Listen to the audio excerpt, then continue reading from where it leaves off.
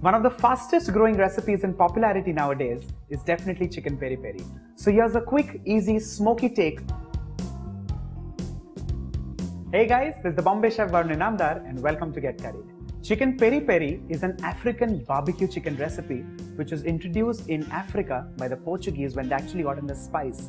It derives its name from the Piri Piri sauce itself. So let's first begin with peri peri. For this, I'm taking some African devil chilies which are extremely pungent. Give it a rough cut and this goes straight in the grinder. I also like using some Mexican ripe serrano chilies. The serrano chilies wonderfully balance the flavor and texture of the devil's chili.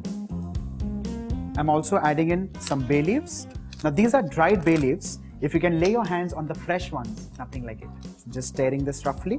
With this, some fresh garlic cloves, a sprinkle of sea salt, some extra virgin olive oil. Be generous with the amount of oil that goes in this recipe. Another hint of spice which balances the smokiness of this recipe is smoked paprika. Finally, a little lemon juice. The traditional recipe of a chicken peri peri does not call for lemon juice, but I love adding that. Make sure you catch hold of all the seeds. Now this needs to be ground into a super fine paste.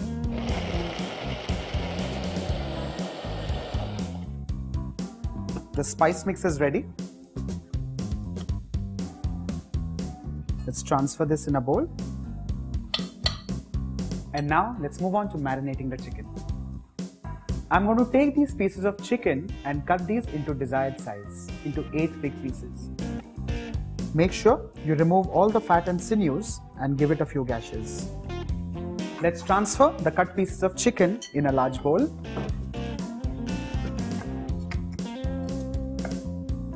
And with this, the peri peri spice mix.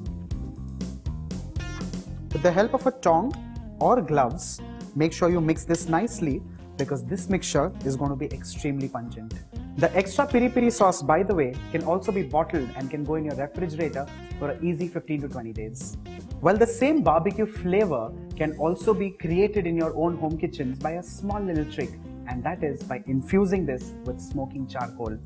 On the burner, I'm going to place a few pieces of wood charcoal and light them up till they turn red. Let's place the bowl in the middle of the marinated chicken pieces. Well, since it's a traditional barbecue recipe, the smoke is what defines the flavor. A little splash of oil and immediately on goes the lid.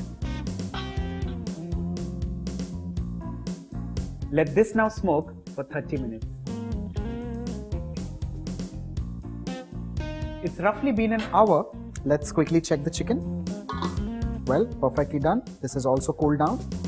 And now, let's heat the grill pan on moderate flame. Let's quickly give this another mix. If you smell this, this is amazingly smoky at this point in time. Well, the pan is also heated up. I'm going to lift these pieces and carefully place them in the pan. I'm deliberately not going to use oil because the marinade itself has a good amount of oil. Increase the flame and make sure this gets nice brown marks on both the sides. Do not overcrowd the pan, otherwise it may just start releasing a lot of moisture. Well, I can comfortably place in around 8 pieces. You can be your best judge according to the size of your pan. Well, traditionally, this step is done over a barbecue. But since we've already smoked it, I think that's the perfect home twist.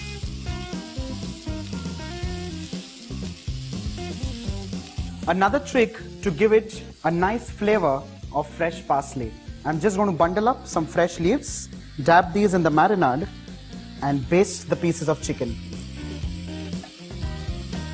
This little bunch of parsley makes a nice little kitchen brush which is made out of herbs. Keep turning the pieces of chicken once, twice over and make sure they're nice and brown on all sides.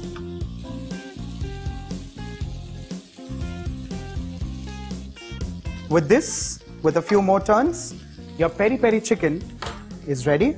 And just before the flame goes off, a quick few sprigs of fresh parsley, off goes the flame, and peri peri chicken is ready to go on the dinner table.